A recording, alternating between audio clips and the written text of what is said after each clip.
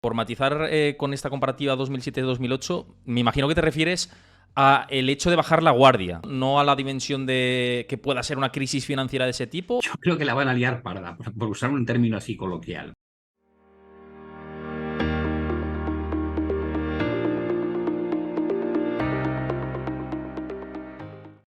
Antes de ver el vídeo al completo, recuerda darle a like, suscríbete a mi canal y déjame tu comentario. Porque está por aquí con nosotros Pablo Gil, una vez más. ¿Qué tal, Pablo? ¿Cómo estás? Hola Héctor, ¿cómo estás? Encantado. Muy bien, muy bien. Ya tenía ganas de charlar contigo porque se van acumulando las cosas en los mercados. La última vez estábamos con la negociación esta del techo de deuda, no sé si te acordarás, esa volatilidad que se creó, que ya en su momento también dijiste que si había acuerdo probablemente el mercado también tirase al alza y así ha terminado siendo. Incluso se ha pasado todavía más de frenada, han superado resistencias como si fuera mantequilla.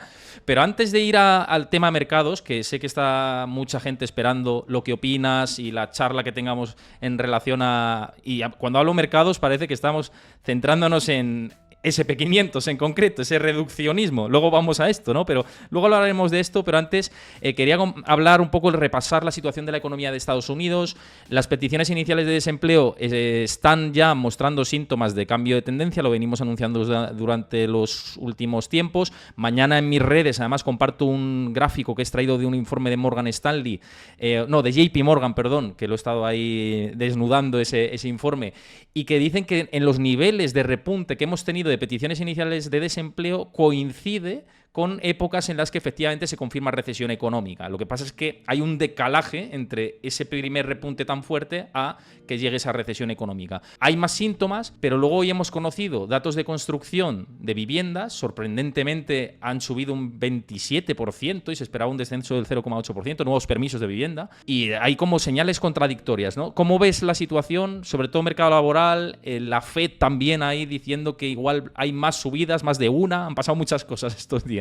Bueno, creo que a lo mejor lo más sencillo es dejar una foto para que la gente entienda, porque yo creo que hay una incultura financiera, y perdonadme parte de la audiencia si os sentís ofendidos, pero hay una cultura financiera en España brutal, ¿no? No se sabe distinguir de el largo plazo del corto plazo, el trading de la inversión. O sea, hay una especie de sensación de que puedes hablar a largo plazo, pero como a corto plazo no te dé la razón, te linchan, ¿no? Y yo voy a hacer, si me permites, una aclaración muy rápida. Yo publico, por ejemplo, todos los lunes la visión de mercados y luego el repaso al mercado en 60 minutos los viernes. Son 2 seminarios de 1 hora cada uno, gratuitos, donde doy mi opinión sobre lo que va a pasar con todos los índices de la bolsa estadounidense, la bolsa europea, al menos el DAX y el IBEX, el Nikkei y la bolsa china, y así un montón de activos. Y cuando rompió 4.210 el SP, dijimos se va a ir a 4.325, y si rompe 4.325 se va a ir a 4.450, 4.625, y es lo que ha ocurrido. Y dices, vale, ¿eso hace que la crítica a la situación económica desaparezca? Digo, no. ¿Por qué? Digo, pues porque una cosa es cómo nos posicionamos desde el punto de vista de corto plazo trading, donde están las oportunidades de estar expuesto al mercado durante unos días o incluso unas semanas, y lo otro es si tú quieres meter tu dinero a nivel patrimonial en la bolsa a estos niveles con el panorama que tienes para los próximos años. Son dos mundos distintos y la gente los mezcla. Y dices, vale, entonces, ¿has comprado a nivel trading el mercado? Digo, sí, he hecho operaciones, por supuesto.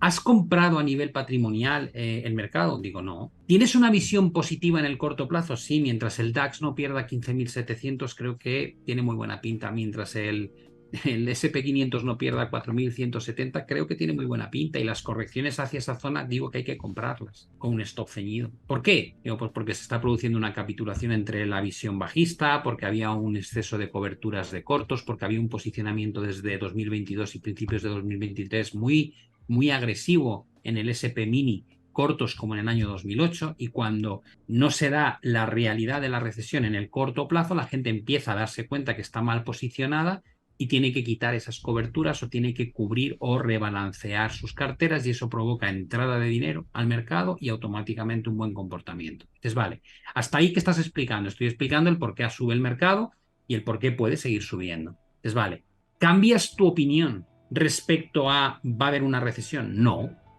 ¿Por qué? Porque cualquiera te diría, porque la FED te dice que no va a haber una recesión. Digo, ya lo sé, ha pasado la previsión de 0,4 a 1%. Y tienes también una situación por parte del BCE que te dice que vamos a crecer al 0,9 y al 1,5 el año que viene. Con lo cual, ninguno de los bancos centrales asume que va a haber una recesión económica. ¿Por qué estás tan negativo? Digo, bueno, pues estoy tan negativo porque tienes una de las curvas más invertidas desde el año 1980 con una probabilidad de predicción tremendamente fiable.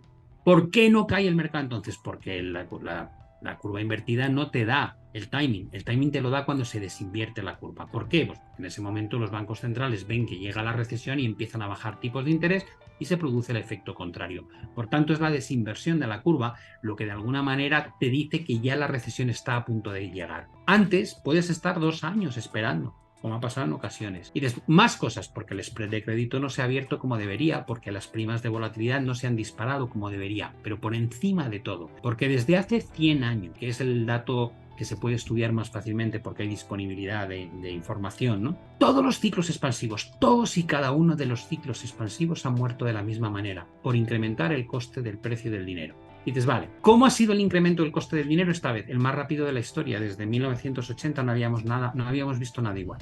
¿Se ha acabado? Digo, no, te acaban de decir que todavía pretenden subir 2 veces más los tipos de interés y el BCE no se atreve ni a decirte dónde está el punto terminal de subidas. ¿Está la economía sensible a la subida de tipos? Por Dios, una burbuja inmobiliaria y con un nivel de endeudamiento histórico. Nunca antes hayamos llegado a estos niveles de endeudamiento. Claro que está sensible al coste del dinero. Y dices, vale, entonces es cuestión de tiempo.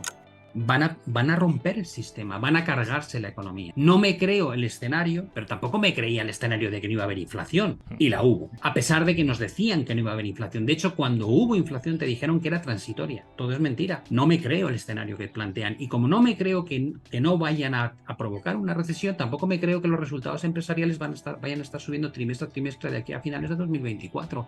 Y esa tesis, que sigue siendo completamente válida y que cuanto más alargan la política monetaria restrictiva, que no es solo subir tipos, como en el caso del BCE va a aumentar el QT o Quantitative Tightening, lo único que hace es fortalecer mi idea de que no me quiero meter en el mercado porque de aquí a un año, año y medio, creo que va a estar mucho más bajo. Y eso no tiene por qué colisionar con las oportunidades de trading al alza que se puedan producir cuando se da un evento de que se rompe un techo y eso arrastra a la gente a que se meta. El que no entiende esta diferencia está muerto en el mercado, porque va a mezclar conceptos de inversión con conceptos de trading. Y cuando veo muchas de la gente que se airada en las redes, te digo, es que no entiende. El problema de estar tan airado es que no has entendido todavía la diferencia entre tener una visión macroeconómica de inversión a medio o largo plazo a tener una opinión de trading. En el trading cabe todo. Tú puedes ganar pasta comprando tecnológicas que perdían dinero en 2021, que subieron un 500%. Era un disparate, sí, pero de trading podías haber ganado mucho dinero hacia arriba, luego colapsaron. Son dos mundos que viven en paralelo y que la gente tiende a juntarlos o a combinarlos porque no tienen idea de dividir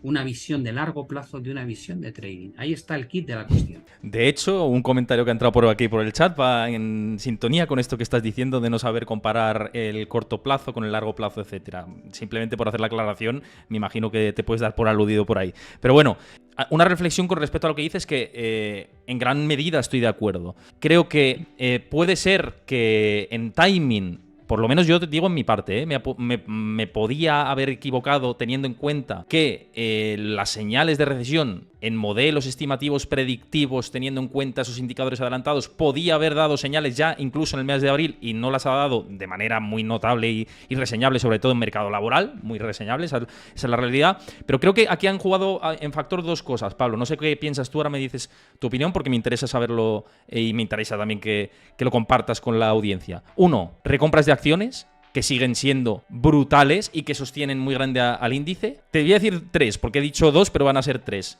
Segundo, el boom de la inteligencia artificial y el furor que ha causado tanto en institucional como en minorista, que está generando que 7 megacaps sean las que sostengan las cotizaciones de Wall Street principalmente.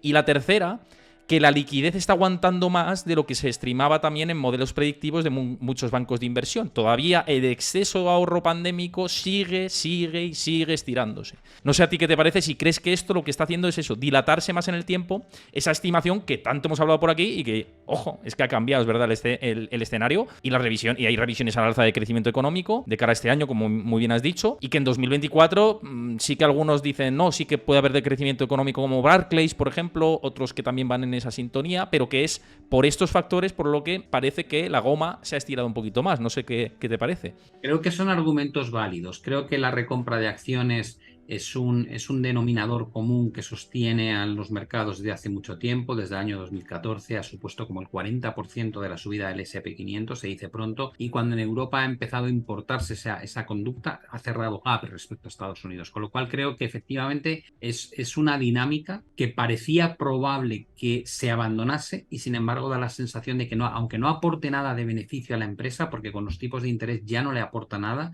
más o menos se calculaba que le podía obtener un 3 y pico por ciento de retorno esa práctica, pero no con los tipos de interés actuales. Pero claro, el problema de dejar de hacer recompras de acciones es que tienes un problemón gordísimo, ¿no? Con tus cuentas y con los ratios que vas a vender al mercado cuando publiques resultados, con lo cual casi están obligados a seguir haciéndolo. Pero bueno, ese es un argumento evidentemente que está más que medido de lo que aporta un sustento tremendo a la cotización.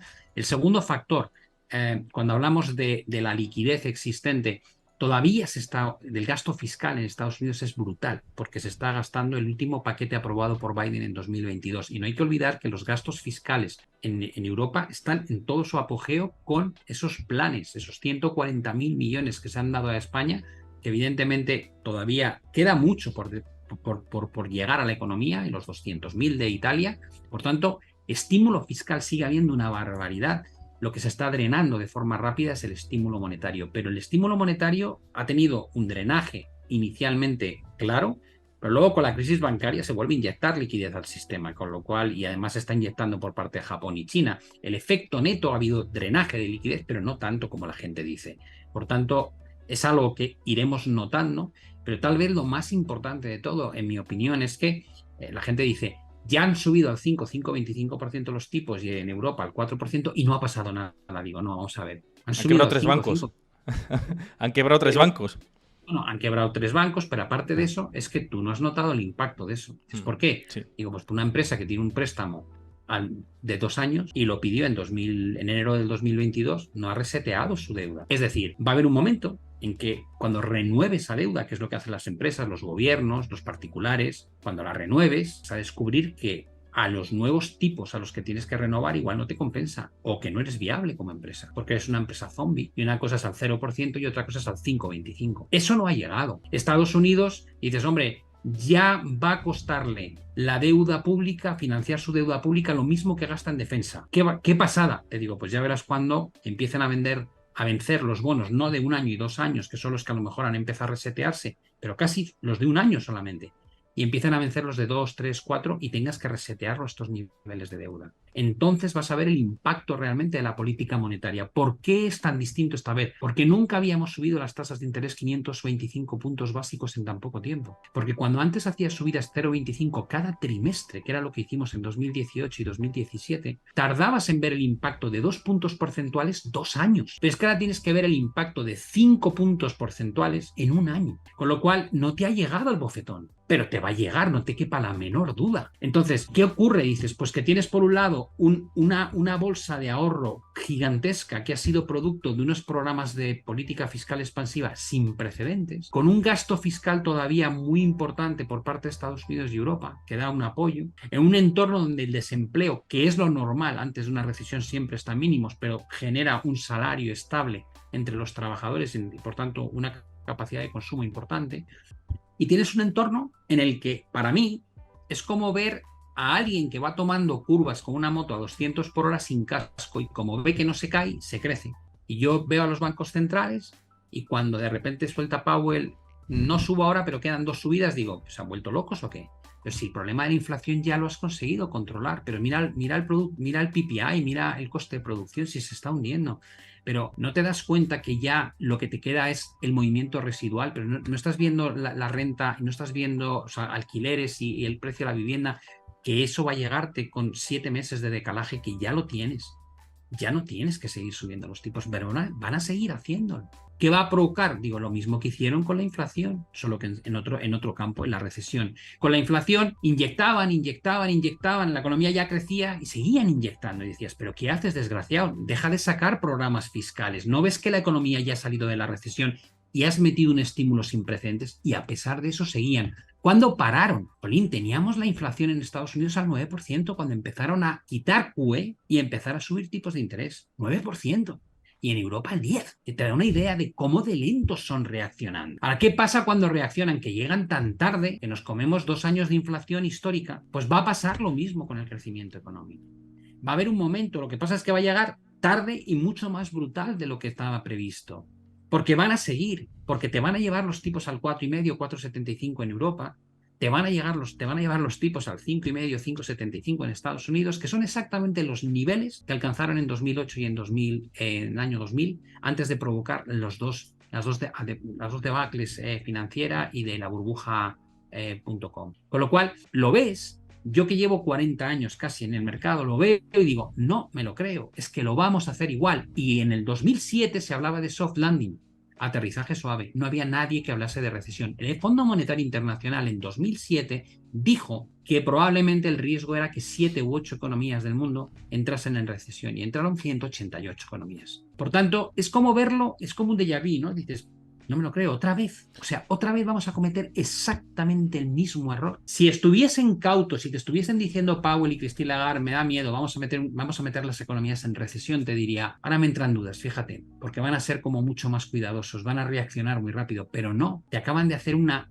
sensación de no pasa nada, señores. No va a pasar nada en ninguno de los años. Hemos subido los tipos más que nunca, lo estamos combinando con la retirada de estímulo no cuantitativo más rápida de la historia a nivel global y no va a pasar nada. Y hombre, por favor. Te quería preguntar, por matizar con esta comparativa 2007-2008, me imagino que te refieres a el hecho de bajar la guardia, como se hizo en 2007-2008, no a la dimensión de que pueda ser una crisis financiera de ese tipo, o también crees que esta tensión puede trasladarse en esos términos. Yo creo que la van a liar parda, por usar un término así coloquial. ¿Por qué? Porque el mundo nunca ha estado tan endeudado como está ahora, porque le has metido una barbaridad de restricción monetaria y no ves el efecto porque todavía estás con una balsa de lubricante de los estímulos previos que no se ha ido.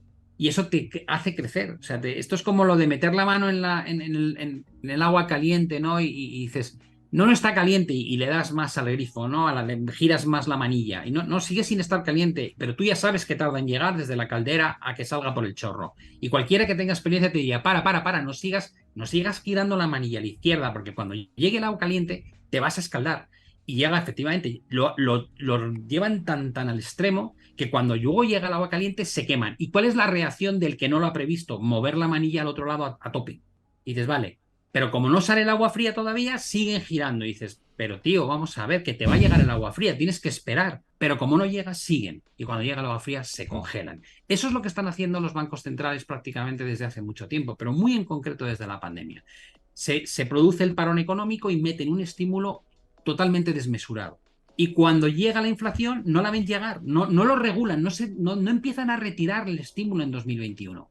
Siguen echando agua, siguen girando la llave. Y siguen. Y cuando llega en 2022 la inflación ya les ha explotado en la cara, ahora empiezan con la llave en otro sentido, a subir tipos, a retirar liquidez. Digo, pero vamos a ver, para, que te estás pasando otra vez. Pero como no ven efectos en la recesión económica todavía y no ven un problema, se crecen. Y dale más.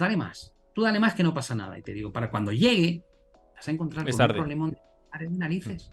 Pero si es que esto es de lección de párvulos.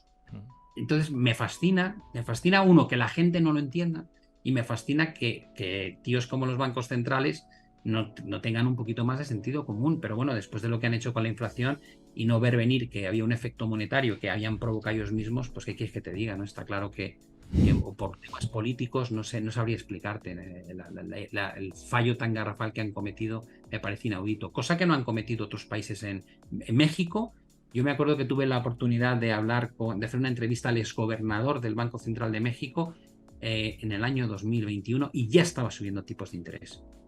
Ya me dijo, no, es que es un problema. Y no han tenido los problemas de inflación que ha tenido Estados Unidos ni Europa. Una economía como la mexicana. Se han demostrado hasta qué punto son coherentes y reaccionan antes de que ocurra. Entonces te digo, está mal hecho, simplemente han actuado mal, como llevan actuando mal mucho tiempo, y provocarán una gordísima.